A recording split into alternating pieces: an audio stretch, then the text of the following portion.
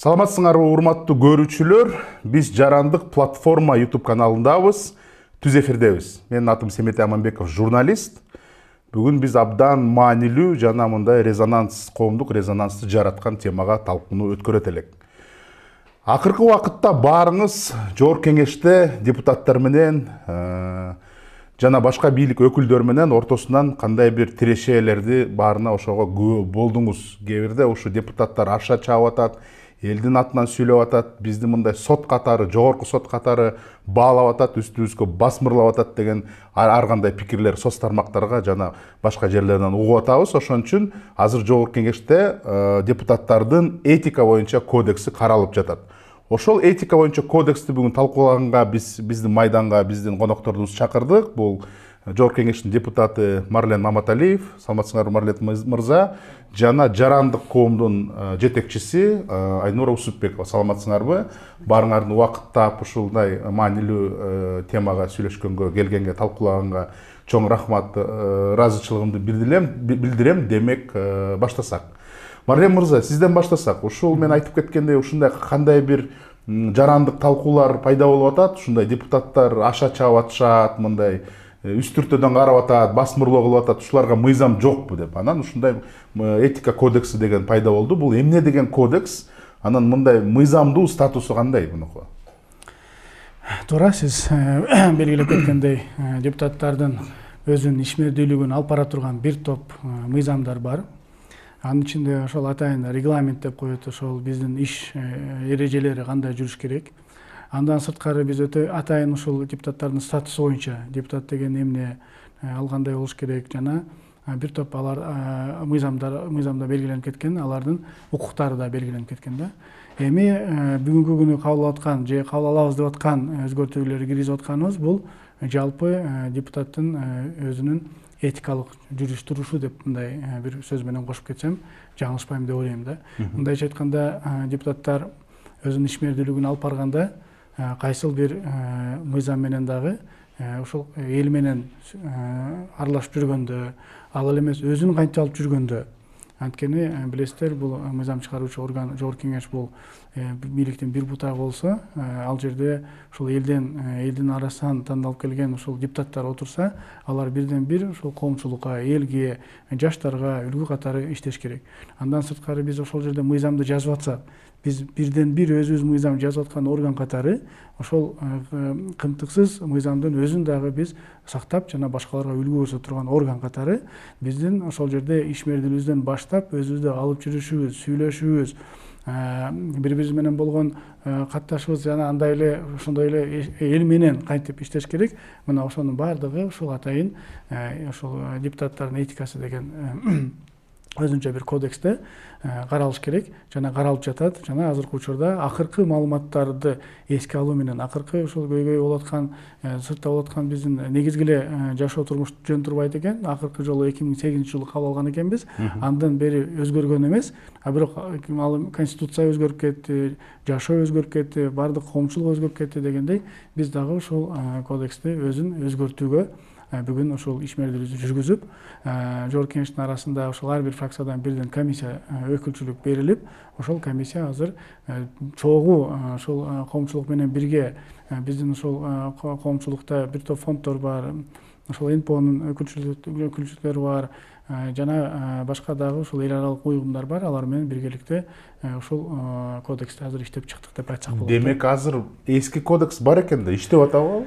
Эски кодекс бар, бирок ал бүгүнкү талаптарга жооп бербейт жана бүгүнкү заманга жооп бербейт деп айтмакчымын да. Мисалы бир эле кичинекей эле мисалды алып кетейин. Эски кодексте телефон уюмдарын мисалы колдонууга болбойт деп жазылып турат да. Эми азыр ансыз жашоо турмуш жок, ансыз бир дагы маалыматтарды ала албайбыз. Анда мисалы 2008-жылы планшет колдонуу же атайын мобилдик телефон аркылуу керек болсо документтерди көрүү мисалы механизм жок эле, билесиздер, анда баягы жөн эле жооп бере турган телефондор болчу. Ошол сыяктуу эле, бул эми жөнөкөй кичинекей мисал болуп атат, бирок ошол сыяктуу эле бир топ биздин ишмердүүлүгүбүз жана конституциянын өзгөргөнүнө байланыштуу, биздин укуктарыбыздын өзгөргөнгө байланыштуу бул кодексти дагы өзгөртүүгө бүгүнкү күндүн талабы деп айтмакчымын да. Рахмат, Айнура Максатбековна, сизге суроо. Ушул Марлен мырза айтып кетти, азыр жаңы кодексти кабыл алып, жаңы заманга туш келген, шайкеш келген кодексти кабыл алабыз деген ойын айтты. Ушул жаңы кодекс кайсы принциптерде жана баалуулуктарда турат? Биринчиден ошол кодекстен эмесин иш чара болуп аткан нерсенин башын айтып берейин. Негизи жогорку кеңеш БДИПЧ ОБСЕге өзүнүн мындай запросту жөнөткөн болчу да. Бизде ушундай регламент бар. Регламенттерди бага салгыла эл аралык уюмдар тарабынан. Андан тышкары бизде ушундай кодекс бар. Кодексти дагы бир карап чыккыла деп ушундай запрос жөнөткөн болчу. БДИПЧ ОБСЕ бул эл аралык уюм дайым бүт мыйзам түрүндө өздөрүнүн комментарияларын берет же болбосо мындай оценкаларын берет да. Алар болсо аябай таң калды да, жогорку кеңеште ушундай кодекс бар экен, жакшы экен. Негизи ошол кодекс. Мен да таң калдым азыр. Ошол кодекс негизи бар болгонго бул бизге жогорку кеңешке мындай чоң баа берет да. Биринчиден, анан кийин ушул кодекс болгондо дагы ушундай абдан релеванттуу кодекс экен деп ушундай бир жакшы баа берди. Бирок ошол эле убакта бир нечен бир рекомендация беришкен да. Ошол рекомендациянын алкагында жумушчу топ, комитеттин алкагында жумушчу топ түзүлгөн. Мына Марлен Абдрахманович жана башка депутаттар кирди. Ошолорго биз эксперт катары мындай кандай бир тажрыйба же башка маалыматтарды берип, анан кийин ошол жаңы кодексти мындай жазууга бир маалымат берип, кандай десем, эксперттүү потенциалыбызды да колдонуп атышат азыр депутаттар. Бирок ошол эле убакта бул негизи депутаттардын өзүнүн жеке мындай кандай десем, жүрүш туруш баскан турган эрежелери да, өздөрү чыгарып өздөрү кабыл алышат. Негизи мына депутаттар жаңы депутат болуп келгенде кандай бир окуу өтүшөт, мындай установочный тренингдер болот да. Алар болсо бүт баягы регламент боюнча жана башка мыйзамдар боюнча окутуу жүргүзөт дагы. Кодекс бул ошол 2008-жылдан бери иштебей турган документ болуп жатып калды да. Негизи ошол кодексти колдонуп баштаса, мисалы үчүн ушундай бир окуялар Абиров жөнүндө же болбосо баягы ар бир мындай конфликт боюнча азыраак болмок. Анткени депутаттар келгенде эле бир эрежеге туш келип, анан кийин ошол ишмердүүлүгүн алып барат да. Бул жакта ошол кодекс унутулуп калды деп коелу дагы. Бирок 2008-жылы бөлөкчө бир бүтүн комитет болчу этика боюнча. Ошондо аябай жакшы иштеген болчу да. Биз уже канча созуп менен иштеп келатабыз чакырымдар менен. Эсибизде бар да кандай ошол механизмдер иштечү. Демек, бул азыр заманга дагы туура келет, талапка дагы туура келип калды.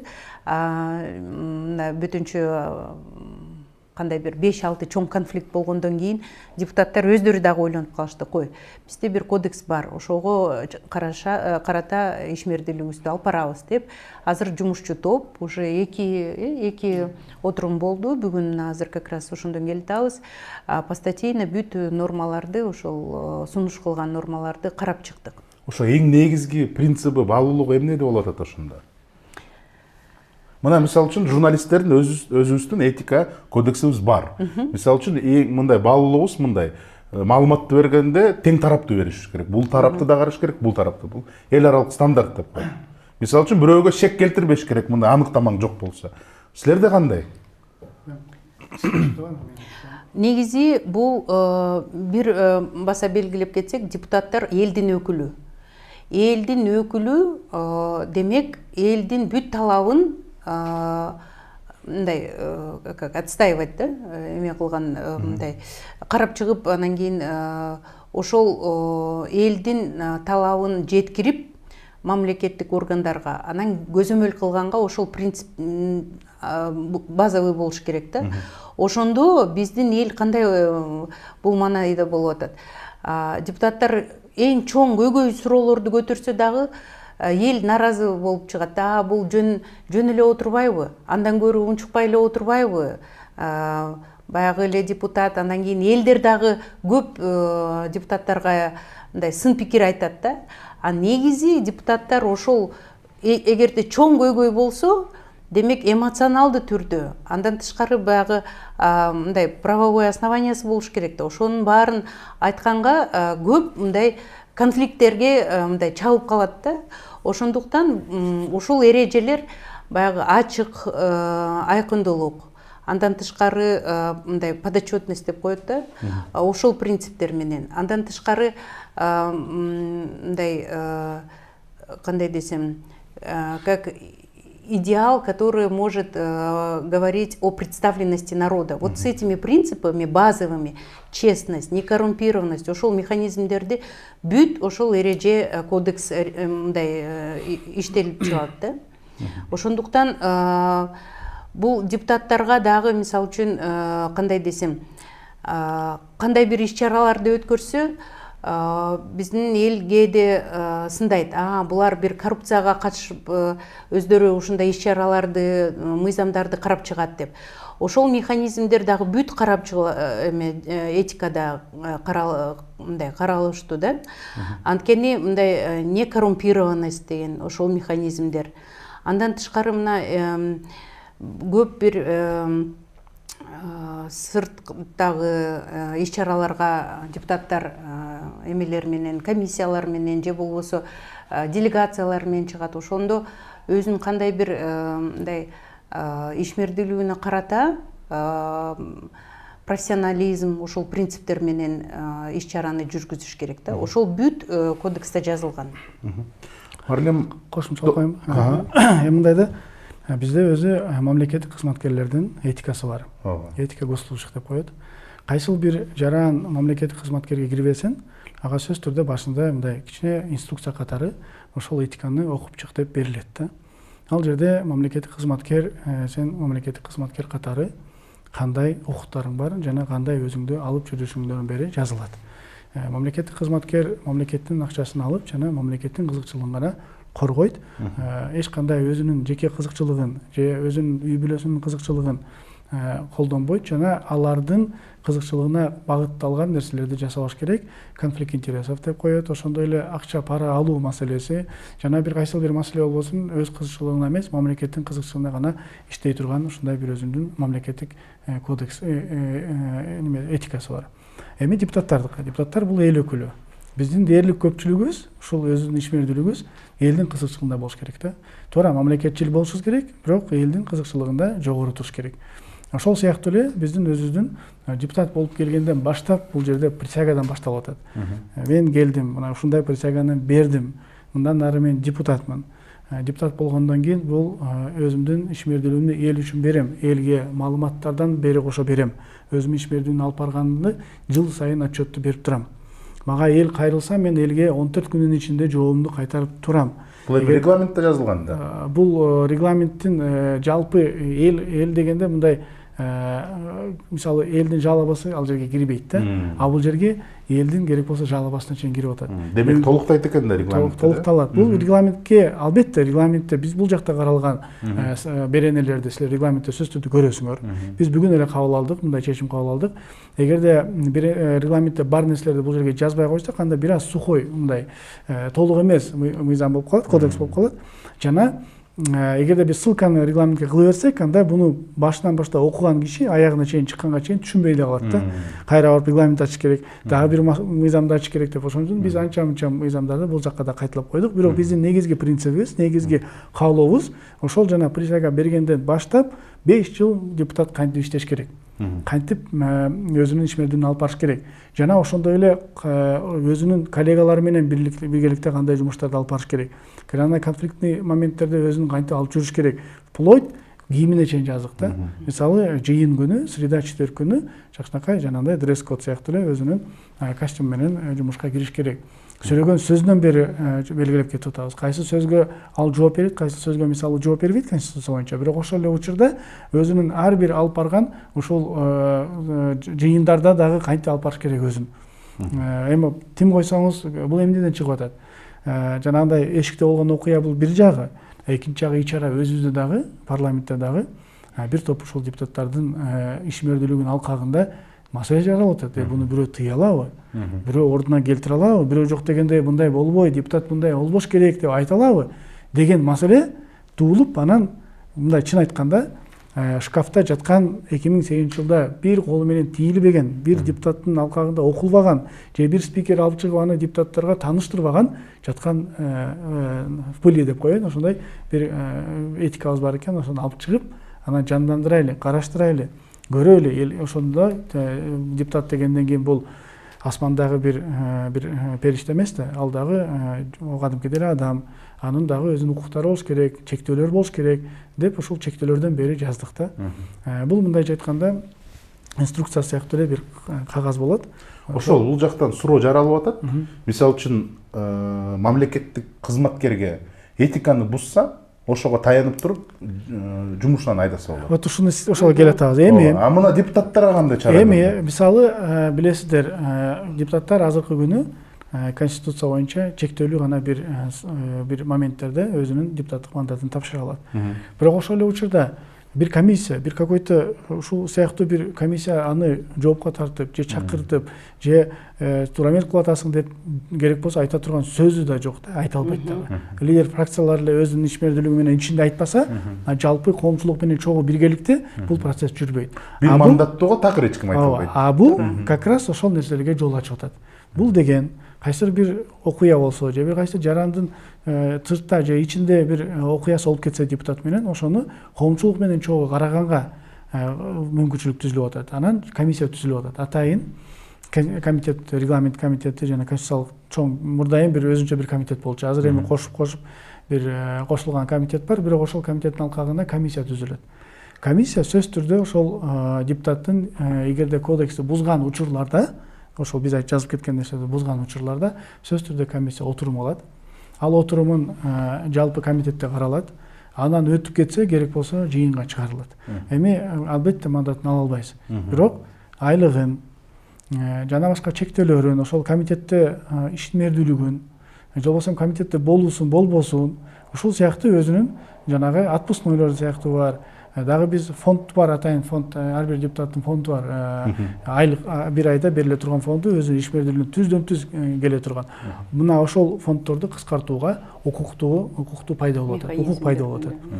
Бул комиссиянын ар бир ошол депутаттын эми бул жерде бир сот эмеспиз, биз соттогудайчы, бирок ошол эле учурда бир кандайдыр бир ушундай чектөөлөр болуш керектигине ошол кодексте каралып жатат да. Албетте, аны кылбасак, анда бул кодексте дагы чаңдап дагы бир 12-13 жылдай жатчудай да. Мен азыр биздин көрөрмандарга кайрылып кетет элем, отуруп көрүп атат окшойт, азыр айтат, ушул депутаттарды ушинтиш керек, тинтиш керек деп көп эле ушундай маалымат угабыз да. Негизи депутаттардын ишмердүүлүгү биздин көйгөйлөрүбүздү чыгаруу. Ошол чоң трибунага, палатага канчалык эл кыйноо көрсө, ошонун эмесин чечимин ошол палатада табуу да. Бирок ошол эле убакта биздин депутаттар аша чабып кетип атат. Ал туура, сиз айтасыз. Кээ бир жерлерде мындай дискриминационный ушундай эмелер, механизмдер иштеп кетет да. Бул негизи баягы замандын талабы же эмне ушундай хайп деген көп болуп калды, Мирлан мырза, көрүп атасыз. Анан кийин бири-бирине ушундай кандай десем, мындай копол сүйлөп, анан кийин бир кийим кече, турган басканын, анан кийин баасыноо, бири-бирине ушундай аябай көп, даже депутаттардын арасында бири-бирине көп тирешиш болуп кетип атпайбы? Ошого эми жол эмес, бирок негизи ушул бир кандай десем, сиз айткандай инструкцияга окшоп кетет, бирок мындай посыл болуп калат да. Ошол жакта бири-бириңерге сыймай мамиле кылып, анан кийин дискриминациялоо механизмдерди колдонбой. Андан тышкары, мисалы үчүн, депутат чыгат дагы, мисалы үчүн, Марлен мырза менен экөөбүз каршы пикирде болуп калсак, анан кийин, мисалы үчүн, мен айтышым мүмкүн. Марлен мырза, мен азыр сиз үчүн ушундай сиз боюнча 5-6 бир фактыларды айтат элем, бирок бул фактылар жеке Марлен мырзанындай иш чарасы эмес, ошол эле каралып аткан маселеге тиешелүү болуш керек да. Тиги атам замандан баштап бүтү кандай болбогон нерселерди депутаттар аша чабып айтып кетишип атпайбы? Андай болбош керек, чын эле. ошого жараша бүт механизмдер каралат. Мисалы үчүн кече жакында биз палатада көрдүк, бир аябай чоң тиреше болду да, бири менен жаман лексика боюнча депутаттар колдонуп келишти. Ошол механизмди, ошол ойдон калды. Депутаттар бири-бири менен сүйлөшпөйт, бири-бири менен бири-бирин күнөөлөйт. А мени ушундай Кыргызстанга жаман аттуу кылдың деп. Ошол механизмди эки депутат колдонуп, этика комиссия түзүлүшү мүмкүн. Кийин бири-бирине иш-чара мындай же кечирим маалымат публичный дагы беришип калышы мүмкүн да. Ошол бир жыйынтыгы болуш керек да. Болбосо бүт элдер карап атат, мына эки депутат бири-бири менен салгылашып атат. Кийин кантип биздин укугубузду ошол жактан коргойт деген кеп элдин арасында болуп калып, анан кийин элдин арасында дагы депутаттардын аброю өтө төмөн болуп калып атат да. Айнур Максатбековна, бул жактан Марлен мырза айтып кетти, мына кандайдыр бир эгерде этика кодекси бузулса, кандайдыр бир чаралар көрүлөт деп. Мисалы үчүн айлыгынан бир акча алып калабы же жанагындай башка ишмердүүлүгүнө бир чек коюлабы деп. Ушу юрист катары сурайын дедим элем, бирок ушул механизмди киргизгенде башка бир кодекстерге да киргизиш керек да, анда өзгөчөлөр. Мисалы үчүн трудовой кодекске киргизиш керек, регламентке кириш керек, мүмкүн депутаттын статусу боюнча мыйзамга кириш керек. Мындай бир комплексный бир иш алып барыш керек ошондо. Ошол как раз бүгүнкү жумушчу топтун алкагында талкуу болду. Биз бул этиканы мындай конфликт түзүү эмеде маселеде жасаган жокпуз. Наоборот, конфликт болгондо ошол мындай жоюуга жол салып атат да. Ал түшүнүктүү. А эгерде биз ушундай мисалы үчүн депутаттар өтө регулировать этип кетсе бул механизмди, анда депутаттар мындай айткандай жалтак болуп калат да. Кой, мен сүйлөбөй эле коеюн, мен эме кылбай коеюн, мен ушул барып комиссия менде эң жок дегенде штраф болбосо элге дагы уят кылып, ушундай көп коркунучтар жаратылып калат да. Андан тышкары баягы сиз айткандай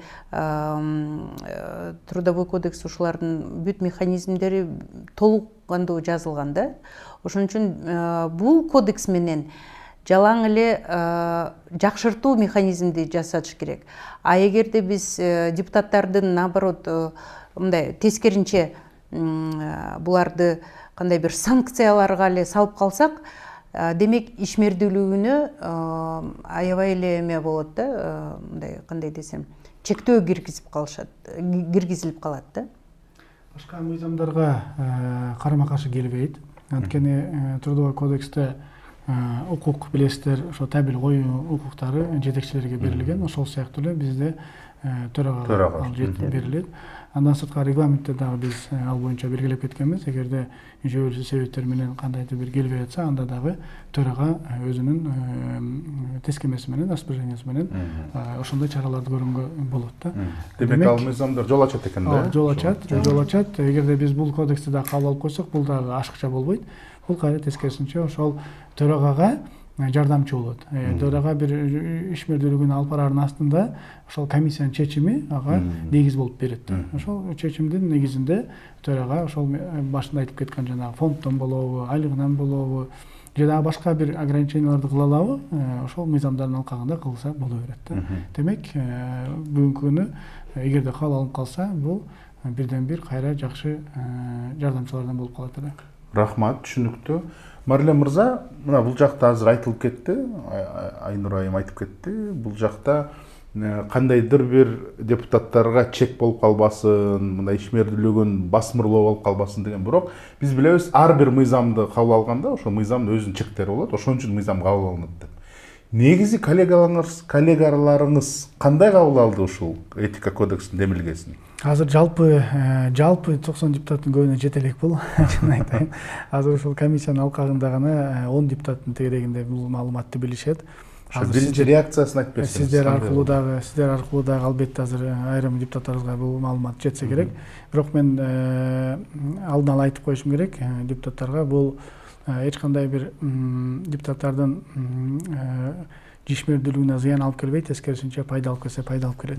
Бир жагынан, экинчи жагынан биз эл өкүлү катары бир гана бизге бааны эл берет да, ошол сыяктуу эле бул элдин бизге баа беришинин бирден бир жакшы баа бере турган, келечекке бере турган ушундай бир рамка болуп калат. Тескерисинчечи, эми сөгүнбө десең, урушпа деп атсаң, жакшына кийин деп атсаң, барып жана коллегалар менен тытышпа, урушпа, эшикте тем более урушпа деп атсаң, ар бир жаран сага, ар бир жаран кайрылса өз убагында жооп бер деп атсак, ал эле эмес сага ушундай жалаба түшүп калышы мүмкүн, абайла деп атсак, адамдар менен жакшы иште, алардын көңүлүн оорутпа, керек болсо сыртта жүргөнүңдө мындай жаман караба деген сөздөрдөн бери бар да. Мисалы ошол сыяктуу нерселер булар тескерисинче тартипке алып келет жана биздин жалпы 7-чи чакырылыштын бир эл тараптан ат коюлат дейм. Ар бир осозовго ат коюлуп атпайбы? Ошол сыяктуу эле бизге дагы бир жакшы ат коюлуштун гана бир инструменттери болуп калат эле да. Ошондук мен коллегаларды айтат элем, туура кабыл алышат деп ишенип турам.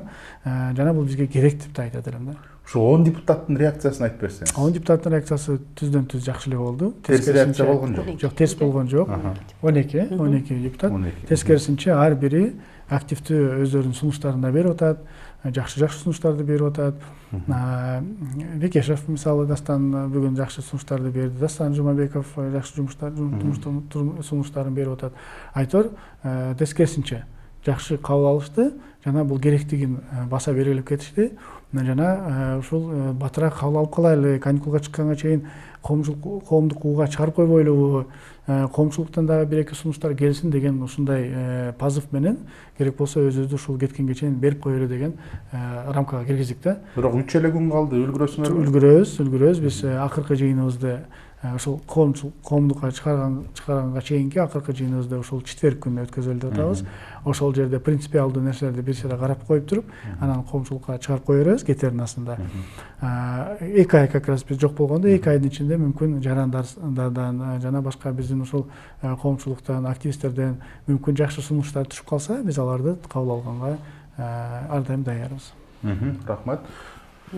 Айнур айым, бул жактан айтылып кетти, атайын комиссия түзүлөт, мурда комитет болсо азыр комиссия түзүлөт, анан өзүнүн ушундай корутундусун чыгарат, кандайдыр бир учур болсо. Бул туура эмес, комитеттин алкагында убактылуу комиссиялар эгерде далилделинип ушул бир учур болсо, атайын ошол учурга өзүнчө комиссия. Только учурга. Анткени болбосо, мисалы үчүн биз 5-6 мамлекеттерди карап чыктык да. Кээерки мамлекеттерде негизи, мисалы үчүн Америкада бир топ түзүлүп, эксперттердин эмеси составында да, курамында. Анан аларга атайын маяна берилип, алар болсо негизи мындай кандай десем, депутаттардан эмес, жалаң эле эксперт, юристтерден же болбосо психологтордон, ошолордун арасында ай сайын кандай бир депутаттардын ишмердүүлүгүн карап чыгып, негизи мындай рекомендательный даже характер чыгып турат да, ар бир даже жалоба түшпөсө. Кээерки парламенттерде ушундай бар. Ушу биздин комиссиянын курамына ким кирет? Ошол кеп ошондо болуп атат, азыр талкуу болуп атат. Бүгүн депутаттар киреби же аппарат киреби? Анткени бул кодекстин ичинде аппаратка мамиле жасоо депутаттардын тарабынан дагы абдан көп нормалар бар да. Анан кийин мындай көз карандысы болуш керек да. Ушул комиссия негизи аппараттан болсо, көз карандуу.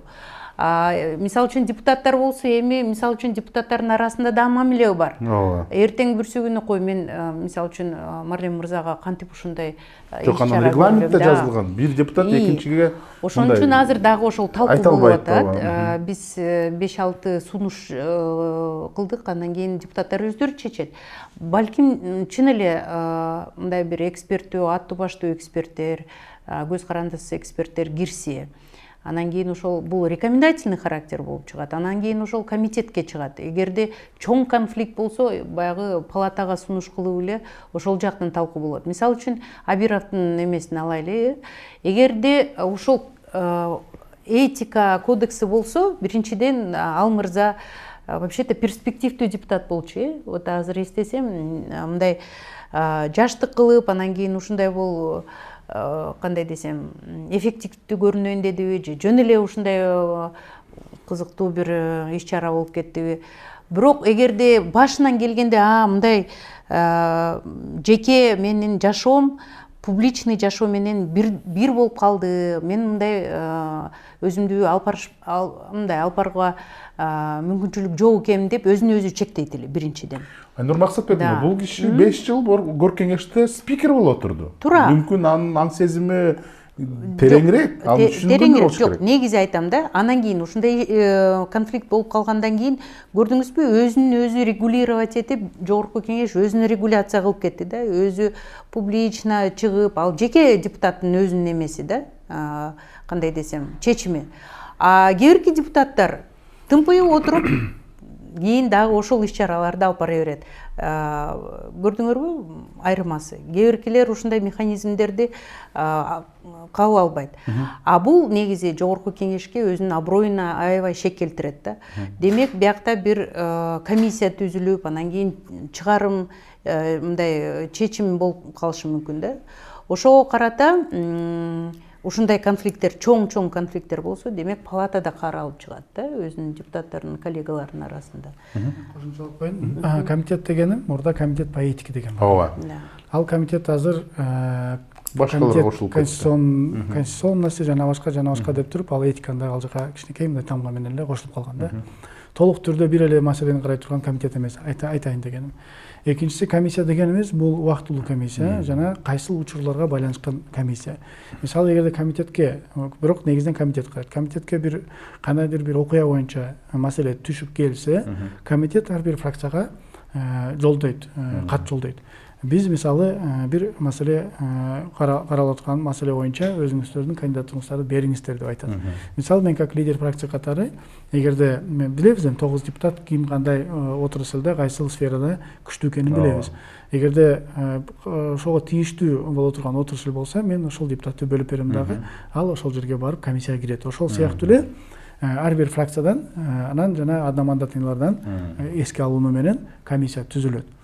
Ал комиссиянын астында иштөө группасы болушу мүмкүн, рабочий группа, өзүнчө иштей турган группа. Мына ошол группага сырттан эксперттерди алып, кайсы маселе, эгерде керек болсо экспертиза кыла турган нерселер болсо, экспертиза кылганга айтор, ошол нерселерди кыла турган атайын өзүнүн рабочий группасы болот. Бул жанагы депутатский комиссия түзүлгөндөй эле ошол сыяктуу бир түзүлөт да. Анан албетте биз бул комиссияга сырттан кошсок, же сырттан бир комиссия депутаттарды карайт экен десек, ага барбайт. Андай нерсе өтпөйт. Аны ачык айтып коюш керек. Аны өтпөйт, андайга бир дагы депутат макулдугун бербейт да. Болгону биз ичара өзүбүз ушундай нерсени түзө алсак болот. Эми албетте биз коллегаларбыз, албетте бири-бирибиз менен бири-бирибиздин жүрөгүн оорутпайбыз, бирөөгүнүн көңүлүн карайбыз дегендей. Бирок бардыгы 90 депутат андай жүрбөйт. Каалайбызбы, каалабайбызбы, көз караштар ар кандай болуп калат. Каалайбызбы, каалабайбызбы, оппозициялык партиялар бар, башкалары бар. Эгерде бир катуу резонанстуу нерсе болсо, алар деле коомчулуктун астында уят болбошко аракет кылат дагы, акыйкат карайт да. Ошондуктан только мындай жатканда өзүбүз эле гана аны карай алабыз. Единственное, жанагындай жумушчу топ астындагы, комиссиянын астындагы болгон жумушчу топту сырттан алып, эксперттерди алып, ал бирок эксперттер ачык айкын бардык жака жарыя кылай турган жолдомону түзүп берсек, анда будан да жакшы болот да. Анда алардын ишмердүүлүгү боюнча ачык айкын коомчулукка да чыгат, жана ал коомчулуктун настроениясынан качалбаган комиссиядагы өз жолун жана туура ишин алып барат деп ойлойм да. Ушул сыяктуу алып баратат. Азыр аягына чейин чыга элекпиз. Бир вариант ушундай болуп атат. Башка варианттар чын айтканда каралбай атат. Башка вариантты карай турган болсоңуз эле толук эле айтып коеюн, бул маселе өтпөй калат. Мисалы үчүн силердин комиссияңар бар, масс медиа каражаттардын Мен комиссиянын өкүлүмүн. Өкүлүсүз. Туурабы, ошондо ошол сыяктуу бул негизи превентивный механизм, туурабы? Мындай өтө санкцияларды иш-чарага эме кылбайсыңар, Досудебный биздики. Сотко жетпей биз чечип, сунушубузду берип, өзүбүздүн саморегуляция болуп, кесипкөй оюбузду айтып, анан түшүндүрөбүз да, мына бул кишиге шек келтирип коюпсуң, сотко барса ушундай болот, андан көрө бияктан эле төкмө бересиңби, же мындай эле сүйлөшө аласыңарбы, же буунун оюн бул жака майданыңарга чыгарасыңарбы деген бир жолун көрсөтүп беребиз да. Соттошпой эми ошол. Бул депутаттар деле ошол сыяктуу комиссия, эгерде мисалы үчүн депутаттардын арасында болсо дагы, мисалы үчүн биз каршы эмеспиз. Анткени депутат өздөрүнө дагы кандай десем, мындай личный даже механизмдерди киргизгенге мүмкүнчүлүгү бар да. Бунун максаты отуруп алып эле депутаттарды биякта комиссия регулировать эткен андай бир иш чара болбойт да. Негизи бул как раз таки ошол депутат өзү көп жерде мындай эгерде проступок же андай мындай кандай бир эме болуп калса ойлонуп калат да. Анан кийин ошого жараша балким 5-6 эле депутат чогулуп эле ошол комиссияга ушундай кечирим сурайсыңарбы же кандай бир публичный бир мындай обращение катары мындай элдин эмесине жеткире тургандай маалымат болуш керек да. Негизи депутаттардын жана элдин арасында мындай эме болбош керек да, үзүм болбош керек да. Анткени мисалы үчүн депутаттарга президентке даже ушул көп жалоба түшөт да. Ойлонуп көрүңүз, анан аппарат президенти келип депутаттарды регулировать этсе бул кандай болот? Жок, конституцияга дал келбейт. Жок, бирок факт боюнча ушул болуп атпайбы? Депутат аппаратка, президенттин аппаратына канча бир ушундай жалоба түшүп атат. Депутаттар ушинтип атат. Демек көйгөй бар. Көйгөй бар. Демек аны чечиш керек. Марлен мырза, ушул этиканын кодексинин мазмунун карасак, мен соц тармактарды изилдеп көрдүм, кайсы депутаттарга кандай бир өзүнүн суроолор жаралат депчи. Эң биринчи суроосу эмне үчүн ушул депутаттар аткаруу бийлигинин бутагынын өкүлдөрү келсе, аларга мындай экзаменатор сыяктуу суроо берип, мына ал билбесе мындай мазактап, мына билбейт экенсиң, эми албетте ар бир аткаруу бийликтин бутагынын өкүлү билбейт, анын баарын башында кармай албайт. Анан ошону кармап эле ушундай кылып атат. Ошол боюнча бирдеме жазылганбы этикалык кодексте? Албетте, биз анда бул жолу белгилеп кеткенбиз. Ишмердүүлүгүн таза жана профессионал катары алып барыш керек. Суроо жоопторундагы тактаны ошол бир гана өзүнүн ошол адамдын жеке турмушуна же жеке башка жагына өтпөй, бир гана ошол каралып аткан маселенин алкагында гана караш керек деген пунктларды албетте кошуп койдук. Сиз айткандай, мындай да көп эле ушул депутат болгондо ал жерге барыш керек, ал жерге барганда эле значоктолганда доктор наук, причем всех наук мындай болуп калгандай сезим калтырат да. Анан баарын эле ошол жерден такалап эле суроо берип эле өзү баарын билбесе деле айрым учурларда ушундай бизден кемчиликтер кетип атканын биз моюнга алабыз. Ал бар. Чын айтканда айрым жерлерде ушундай нерселер кетип калат. Эгерде биз ушул сыяктуу кодекстерди биз айтсак, берсек, окутсак, көрсөтсөк, мен ойлойм ушундай нерселер азыраак болот да. Анткени келген депутаттар өзгөчө баягы телевизорду көрүп чоңоюп калганбыз. Мындайча ошол жакта депутаттар көрүп 2010 мурдагы парламенттик мамлекет болуп турганкы модель бизге өтүп келип калгандай сыяктуу биз алып баратабыз да айрым учурларда. Ошол эле учурда мен баса белгилеп кетейин, бул парламенттин өз ролу чоң жана орду бар да. Эгерде жанагы Байсалов боюнча айтып кеттиңиз, ал айткан сөздөрүнө мен карама каршымын. Элдин атынан как раз таки сүйлөйт. Конституциянын 4-статьясында баса белгиленип турат. 82-86 статьяларында баса белгиленип турат. Биздин укуктарыбыз, биз түздөн түз ушул комитеттин ишмердүүлүгүн алып барабыз. Ушул комитеттердин чечимдерин аткарууга алар тийиш. Андан сырткары биз алардын жумушка коюп атканда макулдугун беребиз. Ал дагы баса белгилеп кетиш керек. Буну дагы эске алынбай атат. Андан сырткары биз ошол отчеттун алабыз.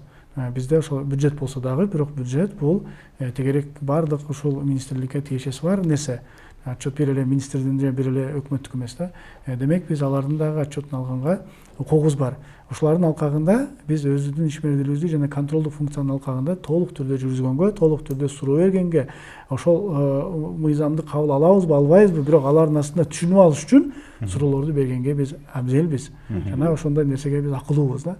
Бирок жанагындай личностько өтүп кеткенге, конечно, не приветствуется ошондойчу. Анан ушул мыйзам менен, ушул кодекс менен аларды биз тыйып атабыз, чектөө коюп атабыз. Эч кандай өзүнүн жеке турмушуна жанагындай керек болсо вес неме деп коет эле кыргызча айтканда, жана керек болсо боюна, салмагына асылба деп атабыз да. Мына ошондой сөздөрдөн бери кошуп койдук. Биз өзүнө профессионал катары өзүнүн ишмердүүлүгүн жүргүз деген нормаларды киргизип атабыз.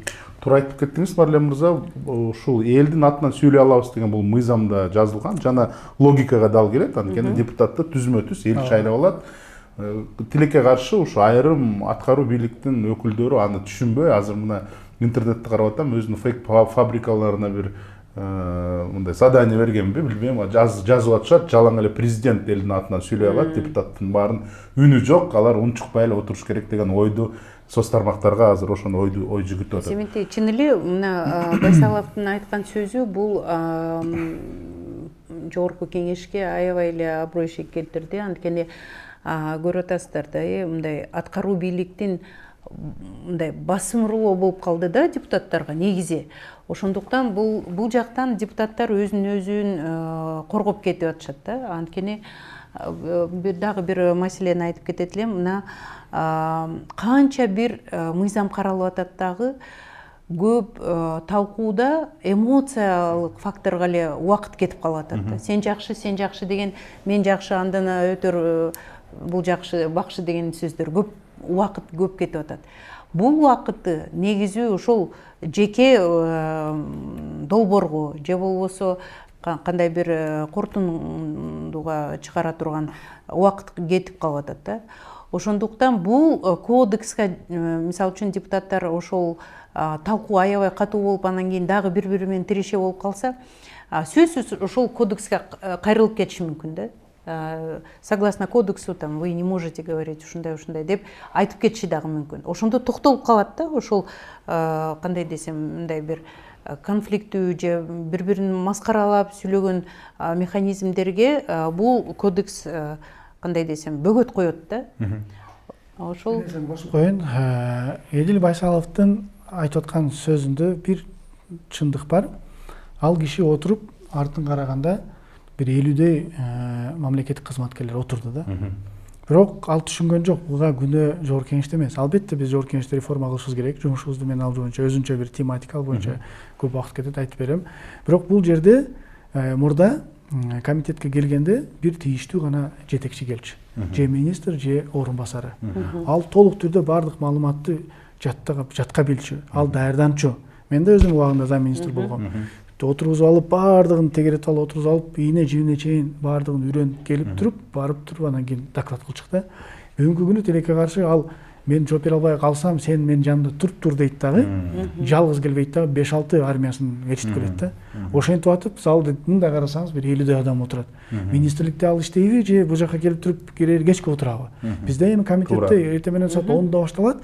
Бирок сенин маселең бат келип калышы мүмкүн, кеч калып калышы мүмкүн. Биз айта албайбыз да. Мисалы айрым маселелер суроосу жок эле өтүп кетет. Анда сенин ирети менен сенин каралып аткан маселең бат эле келип калышы мүмкүн. Бирок сен ошого 10дон баштап бардык армияңды алып келип отуруп алганың, бул бирден бир өзүнүн министрликтеги жумуштун алсыздыгын алып келип атат. Экинчиден наразычылык алып келип атат. Анан жана жетекчилер, вице-премьер келип алып, аларды көрүп алып ооз ачылып атат. Анткени алар дагы чалып атканда каердесиң десе жогорку кеңеште дейт экен. Бир нерсе десе каерде десең жогорку кеңеште дейт экенсиң. Ал дагы жыйын өткөзө албай калат экен.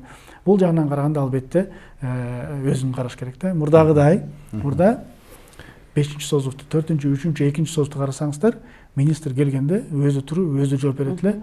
Жана алдында, артында андай армия отурушу эмес. Азыр заведующий отдел чейин, начальник управления эмес, заведующий отделге чейин алып келип, жанагындай бизде трибунада отурганда да ошондо отуруп атат да. Бул боюнча мен маселе жакында көтөрөйүн деп атам, бул боюнча катуу айтайын деп атам. Эгерде мына маселе ушул жерде, ушул жагыңарды өзүңөр карап алгыла өкмөт, иреттеп алгыла, буштырып алгыла, жакшынакай мындай даяр орун басарлар келсин, же болбосо министрлер өзү келсин деп айтмакчымын да. Ал эми биздин өзүбүздүн мындайча айтканда минусубуз, же болбосо реформа кыла турган жагыбыз, бизде дагы тилекке каршы ошол көп убактарда, көп учурларда маселени карап аткан жактары бар экен. Аны мен аныктап алдым, жакын караларда өзгөртүү киргизебиз Кудай буйрса. Рахмат. Айдар Максатбековна, мына бир тарапты карадык, медалдын бир тарабын карадык. Экинчи тарабын караса, бир тарабы мына аткаруу бийликтин өзүнүн дагы бир кемчилиги бар экен. Туура эмес процедураларды киргизип, туура эмес ушундай немелерди киргизип. Экинчи тарабы бир мисалда мындай талкуулап көрсөк, разбор кылып көрсөк. Мисал үчүн билим берүү боюнча мыйзам долбоорун карап атканда депутат Надира Нарматова айтты мына. Бирөөңөр экономист, бирөөңөр юрист, Берке Абакиров менен Каликованы айтты. Экөөңөрдүн кандай укугуңар бар ушул мыйзамды жазганга? Анан силер жанагындай батыштын акчасын жейбиз деп эле ушул эптеп-септеп бирдеме жазып келдиңер деген ушундай ойлорун айтты. Мына мисалы үчүн ушундай мисал болгондо этика кодекси кантип иштейт? Мисалы үчүн эгерде факт ошол мисалы үчүн сөзсүз мындай жалоба болуп түшүш керек да бирөөдөн. Ошол Хорошо, Каликова жалоба кылды. Да, Каликова жалоба кылды комиссияга. Анан кийин канчалык бул ошол эле жогорку кеңештин эксперттерине же башка бир топторго аброюна шек келтирди биринчиден. Анткени мисалы үчүн айтып атпаймынбы, дискриминациялоо сөзсүз болбош керек. Кандай болсо дагы депутаттар мындай жала жабып бири-бирине мындай даже эксперттерге силер мындай бир клише кое тургандай механизм жок болуш керек. Бир-эки факт ошондой мындай эксперттер даже ошол жалоба жазса, иш-чара комиссия чыгарса, демек ошол депутат да тартынып калат кийинки жолу ушундай кой. Бул демилге боюнча эле сүйлөйүнчү, жалаң эле эксперттерге эмес, бири-бирине кандай бир көрүп атабыз, ошол эле фракциянын ичинде бир коллегаларына дагы ушундай болуп атпайбы? Жок, ушул учурду алсак, мына мисалы үчүн Каликова даттоонусун жазды. Сиз ушактан этика кодекси боюнча бузуу көрүп атасызбы же көрбөй атасызбы? Сөзсүз бул бузууга эми комиссия чечет да, бул коллегиальный да. Ал түшүнүктүү. Чечти мисалы үчүн, чечти. Жок, кайсы жактан ушул жактан бузуу көрүп атасыз? Не полностью неэтичное поведение, дискриминация по принципу көз карашы, мисалы үчүн бир айым депутат кандай десем, западный ценностерди айтат, а башка болсо бир восточный. Анан кийин негизи биз өзүбүздүн мамлекетибиздин байлык, бийлик, ошол базасын караш керекбиз да. Конвенциялар канча бир алдык, мисалы үчүн айтат да, западный ценности деп, депутаттар. А негизи биз ошол эле ООН менен ОБСЕнин канча бир конвенциясын ратификация мамлекетибиз кабыл алган. Демек биз дагы ошол баалуулуктарды бүт мамлекет колдойт да. Анан кийин өтө эле эксперттерди бөлүп бул дискриминациянал. Дискриминация бул экономист, юрист жаза албайт деген дискриминация ошол болот. Туура, бул дискриминация. Жанагы батышчыл акчаны жеп атасыңар деген ал чек келтирмейт. Да. Мен ушуну айтайын дедим эле. Мына сиз айтпайсызбы, эгер бул кагаз болгондо эмне болот эле? Эгерде бул кагаз бүгүнкү күнгө чейин болгондо, эгерде депутаттарга бул окулганда, ошол депутат эсинде калат эле жана инструкция катары өзүнө билет эле. Мен бир маселени караганда жеке адамдын өздүгүнө өтүп, жана аны күнөөлөп, алдын ала акча алдым деп күнөөлөгөнгө өтө албайт экен, уят экен, бул мындай биздин этикага дал келбейт экен деп калат эле. А эгерде окубаса, айтылбаса, анда эгерде аркы тарап жанагындай каты менен кайрылган боло турган болсо, комиссияда бул маселе карала турган болсо, анда коллегалар айтат: урматтуу коллегабыз, сиз могул жерде мынтип сүйлөбөсүңүз керек эле, сиз могул жерде этиканы бузуп койдуңуз, сиз айтып атканда акчаны жеди деп факты жок эле айтып койдуңуз, сиз ал факты болсо анда бериңиз фактыңызды деп жок дегенде, ошол процесстен өткөндөн кийин аны көргөн адам же өткөн адам же башка адам уккан адам буга барбай турган, хотя бы кичине болсо дагы мындай рамкага киргизе турган кагаз болуп эсептелип калат да, эгерде ушуну кабыл алсак. Ошол эле импулорду айтып атпайбы? Чара катары. Жана чара айтканда, эгерде комиссия жок, төгүмдөө болуп өзү мындай мен туура эмес айтып алдым деген кечирим сыяктуу сураса, ошол чара катары болобу? Мына азыр сиз айттыңыз, өзүңүз белгилеп кеттиңиз. Эгерде биз ошолорду айтсак, биз айтабыз да, эми сиз баягы бир моментин кармап туруп тиги жаранга айтып коюңуз дегенде, ал өзүнүн чара катары мындай айтып коет. Мен мисалы ошол жерде бир аз ашыкча кетирип коюпмун, андай сөз маркага алам деп. Такыр эле болбой, такыр эле өтө эми бул кичинекей эле момент да, бир чоңураак процесс, чоңураак коомчулукка аралашып кеткен резонанс болуп кетсе, анда бир-эки айлыгынан алат, фондунан алат, анда дагы ал үчүн мындай урок болот деп айтсам болот да. Ал үчүн эле эмес, башка депутаттарга дагы кой өткөнкүдөй болуп калбайлы деп, мисал катары, үлгү катары калып калышы мүмкүн да. Ошондуктан мындай документ керек, кандай болсо дагы, кичине болсо дагы биз өзүбүздү мындай чектей турган нерсе керек да. Урматтуу коноктор, биз түз эфирдебиз, ошондуктан бизге көрүүчүлөрдөн суроолор келип атат. Бияктан уруксат берсеңиз суроолорду айтып койсом. Каков процесс рассмотрения жалоб или нарушений кодекса этики депутатам? Бул жолу айтылды. Мындай биринчи даттануу түшүш керек. Даттануудан кийин комиссия, убактылуу комиссия түзүлүп, өзүнүн корутундусун чыгарып, ошол жактан өзүнүн аныктоолор бар болсо же жок болсо ошого каранса өзүнүн чечимин чыгарат деп. Экинчиси, Марлен мырзадан сурап койсоңуз, коомчулуктун жана ЖМКлардын ролу, ушул кодекстин ишке ашуу боюнча ролу кандай дейт? Эми мая башында белгилеп кеткендей, дароо эле биринчи күндөн баштап алардын ролу өтө чоң. Алар толук түрдө техникалык жактан, информация жактан, эксперттик, эң негизгиси эксперттик жактан өз жардамдарын берип келип атат. Керек болсо ушул экинчи отурумузда бир топ презентациялар болду. Ошол презентацияларда башка мамлекеттин мисалдары келтирилди. Жана ошол жактагы иштеп аткан ушул ишмердүүлүктөрдү дагы бизге, как депутаттар катары, бизге чоң маалыматтарды берип атышты. Анан эксперттик өзүнүн оюн, пикирин жана айтып кеткенде керек болсо жазуу техникалык жактардан дагы толук түрдө жардамы катуу тийди. Биз албетте ыраазычылык билдиребиз.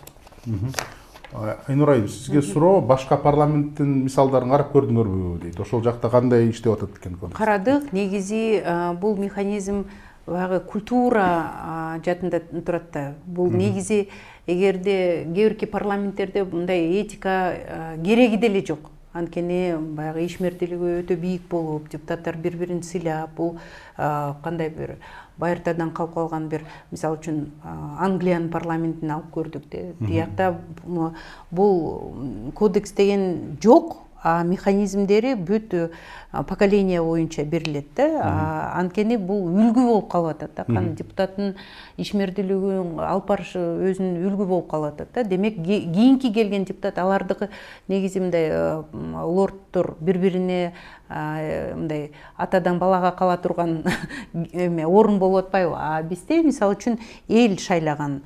Демек, мисалы үчүн ошол эле азыр одномандатныйлар Ленин район мисалы үчүн кандай болуп калды?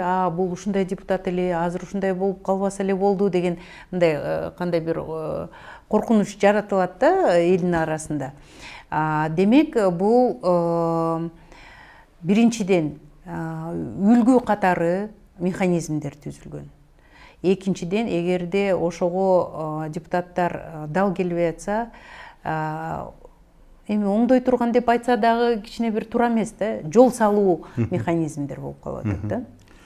Рахмат. Марлен мырза көп суроолор келип атат. Марлен мырза, биздин депутат, эми фамилиясын түз эфирде атабай эле коеюн.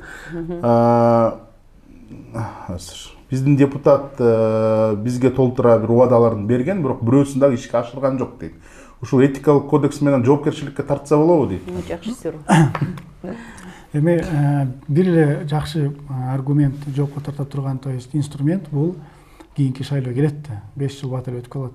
Ошол 5 жылдан кийин баа берип, эл баа берип, аны кайра шайлоо же шайлоо деген принципке келип калганда өзү эле ыңгайсыз болот да. Анан албетте жанагы жалаба деп атпайбызбы? Ал жалабанын негизинде бүгүнкү күнү эгерде элдин арасында бир видео фактылары менен айткан учурлар же болбосо жазылып калынган фактысы менен боло турган нерселер болсо, албетте кайрылса болот. Кайрылып, анан ал комиссия сөз түрдө карайт, карап туруп анан ага айтат, мисалы үчүн сен ушундай сөз берген экенсиң, мына жалаба кылды, видео фактысын алып келип коюп койду могу жерге. Могу жерге мына сенин сөздөрүңдөн бери чыгып атат деп анан аны дагы ушул кылып коюуга же мүмкүн жардам берүүгө же жол көрсөткөнгө же бир кандайдыр бир иш чара көргөнгө сөз түрдө бул комиссия каралып чыгат эле да. Демек жөнөкөй шайлоочу да бере алат экен да. Бул жерде айырмасы жок, ким айырмасы жок, бардык киши каалагандай берет да. Бирок бул жерде өтө мындай маанилүү нерсе.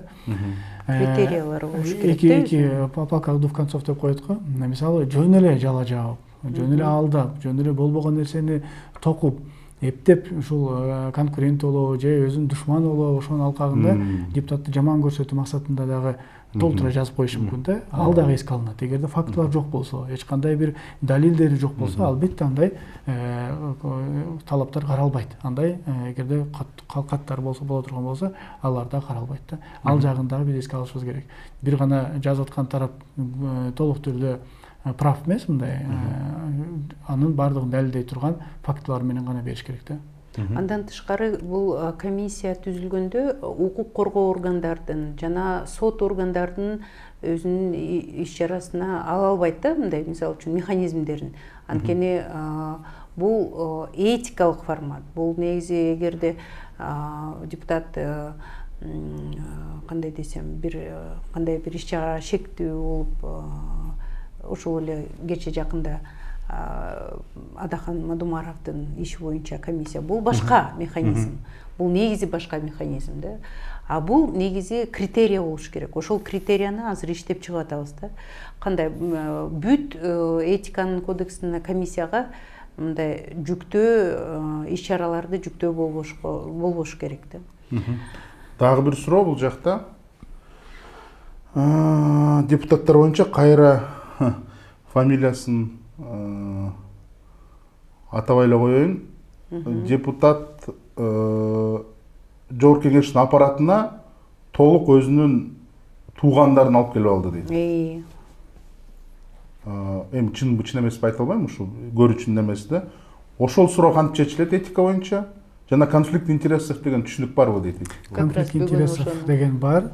Ал жерде өзүнүн туугандарын, мындай близкий родственники деп коет, жакын туугандарын ошол аппаратка жана ал эле эмес, башка мамлекеттик кызматкерлерге киргизүү жана аларды ошол жерде мындай лобби кылуу толук түрдө тыюу салынат. Эми өзү кирип алса мейли, анан өзү депутат катары лобби кылып киргизип атса, анда туура эмес. Жана ошол жерде баягы айткандай эле бул немеге этикага толук түрдө жазып койдук. Близкие родственники деп жазып койдук. Ал жерге эми мыйзам боюнча близкий родственник перечени бар, ошолор гана кирет да. Дагы бир суроо, депутат дагы бир фамилияны айтып атат, башка фамилия экен. Эми эфирде мындай айта албаган бир сөздөрүн айтып атат, бирок эмеси мындай экен да. Биздин депутат жалаң эле жекече өзүнүн кызыкчылыктарын айтып жүрөт. Мына бизнеси бар, ушундай бир ферма дейт, мындай бир заводда бир 2-3 объекттерди айтып атат, айттарын айтпай эле коеюн. Жалаң эле ошону чечүүгө бийликтерге тапшырма берип, жана ошого ылайыктуу мыйзамдарды өткөрүп атат дейт. Ошол боюнча кандай чара көрсөк болот дейт. Марлен агайдан сурап көрсөңүз. Албетте бул ошол өзүнүн жеке кызыкчылыгы толук түрдө ишмердүүлүгүнүн алкагында жүргүзүү тыюу салынат. Бул боюнча ошол комиссиянын алкагында сөзсүз түрдө өзүнүн жалобун жазса болот. Андан сырткары ошол кайсыл бир өзүнүн бизнесин жүргүзүп атканына түздөн түз далилдер болсо, бул боюнча конституцияда дагы, мыйзамда дагы, регламентте дагы тыюу салынган. Ал боюнча прокуратурага да жасалат керек болсочу. Бул өтө мындай чоң нерсе, катуу нерсе. Буга жол бербеш керек да. Ал эми ал депутат бүгүнкү күнү жана баа бере турган жагын айтып кеттим го, аны бир гана эл билет, эл берет. Жана кийинки шайлоодо буну эске алыш керек. Ушундай депутаттарды шайлаганга аракет кылыш керек. Бул ирет билесиздер, ар бир депутаттын өзүнүн түздөн түз фамилиясы менен шайлаган ушундай шайлоо процесси менен келди. Демек, эл дагы мындай акырын көнө баштады, акырын биле баштады, акчага кызыкпай, ошол депутаттын өзүнө кызыгып, кылган ишине кызыгып, келечекте кыла турган иштерине кызыгып, ушундай бир жакшы демократиялык жол менен алып келе турган механизмдер түзүлүп атат. Бара мен ойлойм, буга да коомчулук көнүп келатат. Мына көрсөттү, акыркы шайлоодо да көрсөттү, бир топ жарандарыбыз, бир топ депутаттарыбыз элдин арасынан сурулуп чыкты да. Мен ойлойм, эми ушундай элдер жок эмес.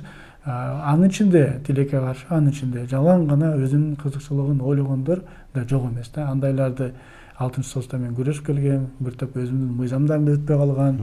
Өткөзөйүн десең эми сен көрүп атасың, бул менин бизнесиме каршы келет, менин заводум жабылып калат дегендерлер болду. Бирок эми турмуш экен, баары ачык билинип калат экен.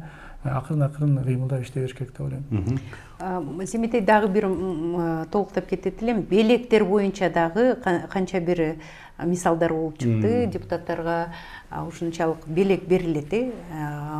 Бул механизм дагы каралып чыкты. Анткени мисалы үчүн кээ бирки депутаттар айтат да, сиз ушул мамлекеттик кызматкер болгондон кийин ушунчалык кымбат баалуу сааттарды кантип алып жүрөсүз, кайсы акчага деп ошондой да суроолор болот да. Анан кийин депутаттар, кээ бирки депутаттар, негиз эле мамлекеттик кызматкерлер мага ушул белек кылышты, анан кийин тиги күйөө алам же болбосо өкүл балам дегендер сөздөр көп да.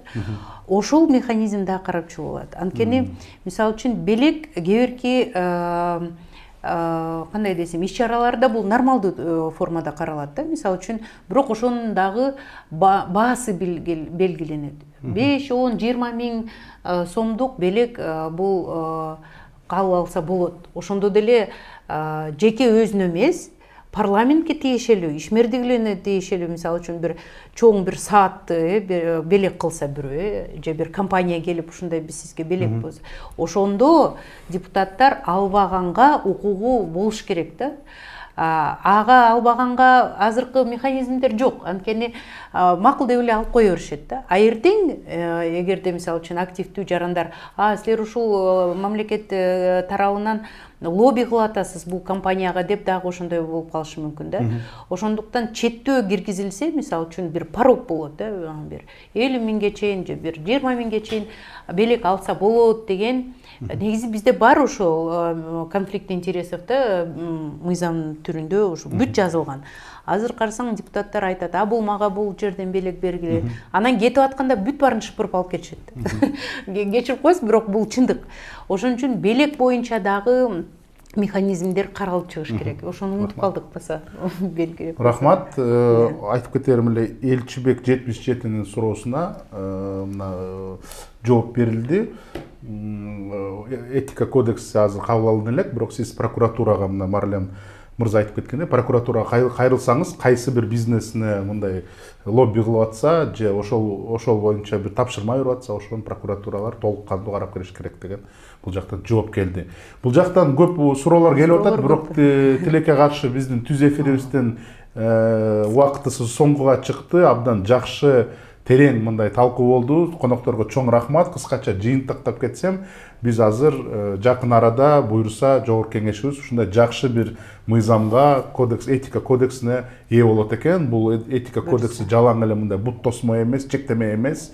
Карама каршы жогорку кеңештин жүзүн ачып, авторитетин көтөрүп, жолун туура жолго салып, ошол үчүн каралып жатат. Мен ойлойм, депутаттардын өзүнүн да кызыкчылыгы болуш керек. Анткени жанагындай бир маскаралап, бирөөлөр шектеп, бирөөгө барбай эле, ошого жетпей эле ушундай чектери бар, этикалар бар деп, аткаруу бийлигинен болобу, журналисттерден болобу, ошонун баарынан ушул этика кодекси карама каршы сактап калат деген үмүттөбүз. Демек, биздин талкуу соңуна чыкты. Жакын арада биздин анонсторго көз салып туруңуз. Ушундай кызыктуу темалар, кызыктуу коноктор менен мына Жарандык платформанын YouTube каналында дайыма чогуу болобуз. Азыр болсо саламатта калыңыздар.